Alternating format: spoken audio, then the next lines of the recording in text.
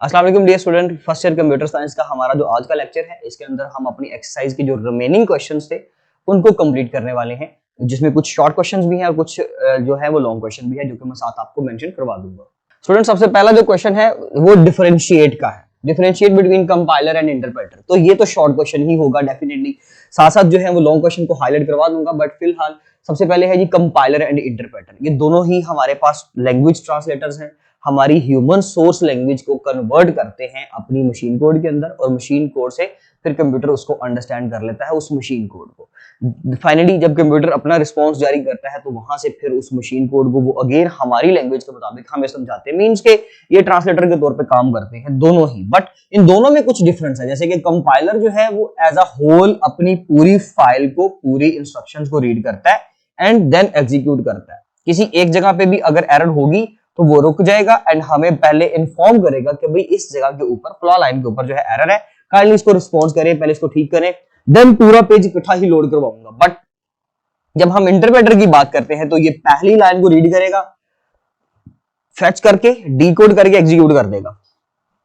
Second line को read करेगा, execute कर देगा, थर्ड लाइन को रीड करेगा। सपोज करने के लाइन नंबर थर्ड में कोई एरर है तो वो कहेगा कि जी पहले लाइन नंबर 3 ठीक करें एंड देन हम उसको आगे प्रोसीड करवाएंगे। मींस के ये हर लाइन को अलग से इंडिविजुअली डील कर रहा होता है, but compiler as a whole तमाम इंस्ट्रक्शंस को इकट्ठे ही रीड करता है। सो दैट्स व्हाई ये एक स्लो ट्रांसलेटर है and that is the faster translator, इन दोनों का अगर कंपैरिजन किया जाए तो। उसके बाद हमारे पास नेक्स्ट क्वेश्चन है जी, how to transfer the data from CPU to memory, explain in steps. कुछ स्टेप्स के अंदर हम लोगों ने इस चीज को एक्सप्लेन करना है कि जो डाटा है हमारा वो मेमोरी से सीपीयू में किस तरह से आता है। तो देखें स्टूडेंट्स, हमने देखा कि हमारे पास कुछ इलेक्ट्रॉनिक बसेस हैं। बस इंटरकनेक्शन में हमारे पास 3 तरह की बसेस हैं, कंट्रोल बस, डाटा बस एंड एड्रेस बस।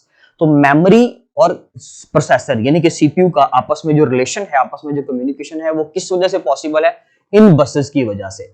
जब मेमोरी ने सबसे पहले क्या करना है, सीपीयू को अपना वो डाटा पहुंचाना, या सीपीयू ने किसी चीज की कमांड भेजी मेमोरी को कि मुझे फला एड्रेस नंबर का डाटा दें, तो एड्रेस बस के जरिए से वो एड्रेस जाता है, नंबर 1। ठीक है, इसमें मुख्तलिफ स्टेप्स होंगे हमारे पास कि पहला तो बसेस की वजह से कनेक्शन एस्टेब्लिश है, नंबर 2 पे एड्रेस बस की वजह से वो एड्रेस वहां पे जाएगा मेमोरी के ऊपर, मेमोरी के उस एड्रेस को लोड कर दिया जाएगा आपकी डाटा बस के ऊपर, और कंट्रोल बस इन तमाम चीजों की कम्युनिकेशन करवा रही होती है। उस एड्रेस का, उस रिस्पेक्टिव एड्रेस का डाटा फेच किया जाएगा और सीपीयू को पहुंचा दिया जाएगा। तो ये तमाम काम जो होता है वो स्टेप बाय स्टेप इन तमाम बसेस की वजह से पॉसिबल होता है। तो कंट्रोल बस दोनों का आपस में लिंक करवाती है, डाटा बस डाटा को ट्रेवल करवाती है एंड एड्रेस बस उस जगह का ऑर्डर एड्रेस पहुंचाती है मेमोरी को, सीपीयू की तरफ से फला एड्रेस की कमांड आई है, काइंडली ये वाला डाटा जो है वो लोड करवा दिया जाए। वो कैसे बिल्ड होगा, कैसे लोड होगा, वो एड्रेस बस का काम नहीं होता, उसका काम वहां पे खत्म। देन एड्रेस बस और कम्युनिकेशन किस वजह से पॉसिबल है? कंट्रोल बस की वजह से। तो ये काम बेसिकली इस तरह से पॉसिबल होता है। Next one is define the different types of RAM. तो ये डिफरेंट टाइप्स ऑफ रैम का जो क्वेश्चन है ये भी बेसिकली शॉर्ट क्वेश्चन ही है, आप कह सकते हैं।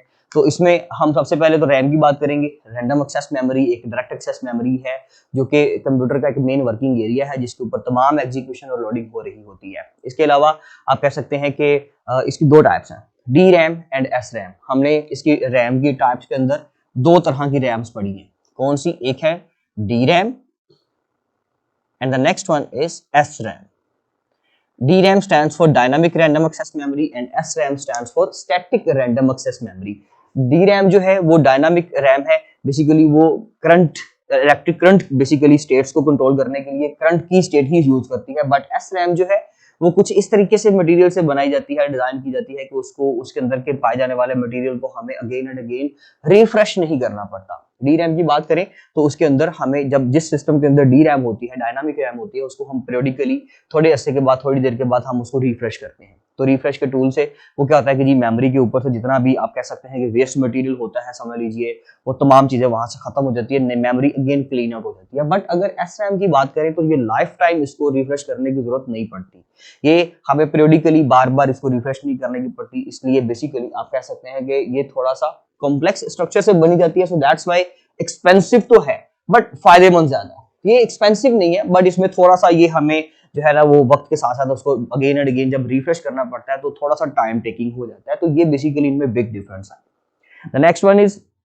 Define the general purpose registers. Students, हमने कुछ रजिस्टर्स के बारे में पढ़ा था कि रजिस्टर बेसिकली जो है वो एक ऐसा स्टोरेज एरिया है कि जहां पर टेम्परेरी सीपीयू की तरफ से आने वाला डाटा, या सॉरी मेमोरी की तरफ से आने वाला डाटा जो भेजा गया है सीपीयू की तरफ से, वो डाटा जहां पर स्टोर किया जाता है उसको रजिस्टर कहते हैं। ये टेम्परेरी एरिया होता है जिसमें हमने GPS general purpose GPR sorry general purpose registers को पढ़ा था, जिसके अंदर हमारे पास A B C D registers हैं, AEX BAX, तो वो सारे जो है वो रजिस्टर हमारे पास, सॉरी EAX BEAX, एंड इसी तरह से हमारे पास मल्टीपल रजिस्टर्स हैं जनरल पर्पस रजिस्टर, जो कि मुख्तलिफ कैलकुलेशन जैसे कि अर्थमेटिक एंड लॉजिकल यूनिट्स को चलाने के लिए, उनकी कैलकुलेशंस परफॉर्म करने के लिए हम इन रजिस्टर्स को इस्तेमाल करते हैं, जिसमें हमारे पास ABCD जो हमने पढ़े थे रजिस्टर्स बेसिक,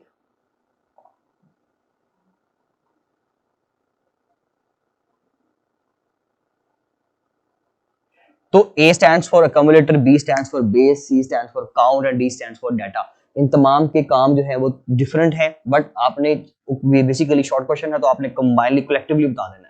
अगर आपने इसके ऊपर लॉन्ग आता है तो आपने फिर इसको एक्सप्लेन करना है तमाम रजिस्टर्स को, कि बेसिकली हेक्साडेसिमल जो है वो टेक्निक से बनाए जाने वाले इनके फॉर्मेट्स, जैसे कि इसमें 16 बिट्स रजिस्टर भी इस्तेमाल किए जाते हैं, और एक्चुअली ये 16 बिट ही होते हैं इनकी मेमोरी हर ईच रजिस्टर की, और इसके अलावा मुख्तलिफ कैलकुलेशन परफॉर्म करने के लिए हम इन रजिस्टर्स को इस्तेमाल करते हैं। एडिशन के लिए अलग, डिवीजन और मल्टीप्लिकेशन के लिए अलग, सिर्फ काउंट करने के लिए अलग, और डाटा को स्टैक की फॉर्म में रिप्रेजेंट करने के लिए अलग रजिस्टर को यूज किया जाता है। द नेक्स्ट वन इज बस and it's type. Describe the bus and it's type. तो ये आपके पास एक लॉन्ग क्वेश्चन होगा जिसमें आप बस के बारे में बताएंगे, तो वो हम ऑलरेडी पढ़ चुके हैं कि जी बस बेसिकली एक आप कह सकते हैं कि कुछ इलेक्ट्रिकल जो है वायर्स, या आप कह सकते हैं कि कुछ जो है वो सिलिकॉन चिप की जो लेयर्स बनी होती हैं सिलिकॉन के जरिए से, उन लेयर्स को हम लोग बस बोलते हैं। ये बस बेसिकली कनेक्शन बिल्ड करवाती है कंप्यूटर के अंदर पाए जाने वाले तमाम कंपोनेंट्स का, जिसमें हमने डिटेल से एड्रेस बस, डाटा बस और वो आपकी कंट्रोल बस को पढ़ लिया हुआ है। आप इसके लिए जो बस इंटरकनेक्शन वाला टॉपिक है, लेक्चर है, उसको लाजमी देख लीजिए, तो होप सो ये अच्छे तरीके से फिर क्लियर हो जाएगा। And the next one is describe the machine instruction. Machine instructions कौन सी होती हैं? जो कंप्यूटर जिसके ऊपर आपको जिस इंस्ट्रक्शन को कंप्यूटर समझ सकता है, अंडरस्टैंड कर सकता है, उनको मशीन इंस्ट्रक्शन कहते हैं। मशीन इंस्ट्रक्शन में कंप्यूटर की पाई जाने वाली सीपीयू की इंस्ट्रक्शंस मौजूद होती हैं, जिसमें ह्यूमन रिसोर्स इसको है, ह्यूमन उसको अंडरस्टैंड नहीं कर सकता। अगर उन इंस्ट्रक्शंस को समझना है तो उसके लिए भी हमें एक ट्रांसलेटर की जरूरत पड़ती है। सिमिलरली जैसे हमने प्रोग्रामिंग लैंग्वेज के अंदर का कॉन्सेप्ट पढ़ा था कि भाई कम्युनिकेशन करवाने के लिए कंप्यूटर की और ह्यूमन की हमें एक ट्रांसलेटर की जरूरत है। इसी तरह से मशीन इंस्ट्रक्शंस, जो मशीन से प्रोवाइडेड इंस्ट्रक्शंस होगी, उनको मशीन इंस्ट्रक्शन कहते हैं, जो कि बाइनरी फॉर्मेट में होती हैं। The next one is differentiate between fetch instruction and decode instruction. Fetch instruction में सिर्फ इंस्ट्रक्शन को गेट किया जाता है मेमोरी या रजिस्टर से, एंड जो एग्जीक्यूशन या डीकोड एग्जीक्यूशन होती है, सॉरी यहाँ पे है डीकोड इंस्ट्रक्शन। तो डीकोड इंस्ट्रक्शन ऐसी इंस्ट्रक्शंस है जिसमें उन इंस्ट्रक्शंस को फर्दर एनालाइज किया जाता है, समझा जाता है कि कौन सा ऑपरेशन कब क्या और कैसे परफॉर्म करना है, and then that is called as decodation. तो हम उसको डीकोड करके तो उसको परफॉर्म करते हैं। मींस कि इसके बाद एग्जीक्यूशन आता है। ये एक पूरा सर्कल है जिसमें फेच किया जाता है, उसके अलावा उसको डीकोड किया जाता है, देन उसको एग्जीक्यूट किया जाता है। तो उसमें तीन तरह की चीजें हैं, तीन टर्म्स हैं, तीन आप कह सकते हैं कि स्टेप्स हैं, जो कि एक साइकिल में चलते रहते हैं, इसलिए इसको फेच डीकोड एग्जीक्यूशन साइकिल भी कहा जाता है। लास्ट पे है जी रोम एंड रैम। तो इनमें डिफरेंस बताना है आपने।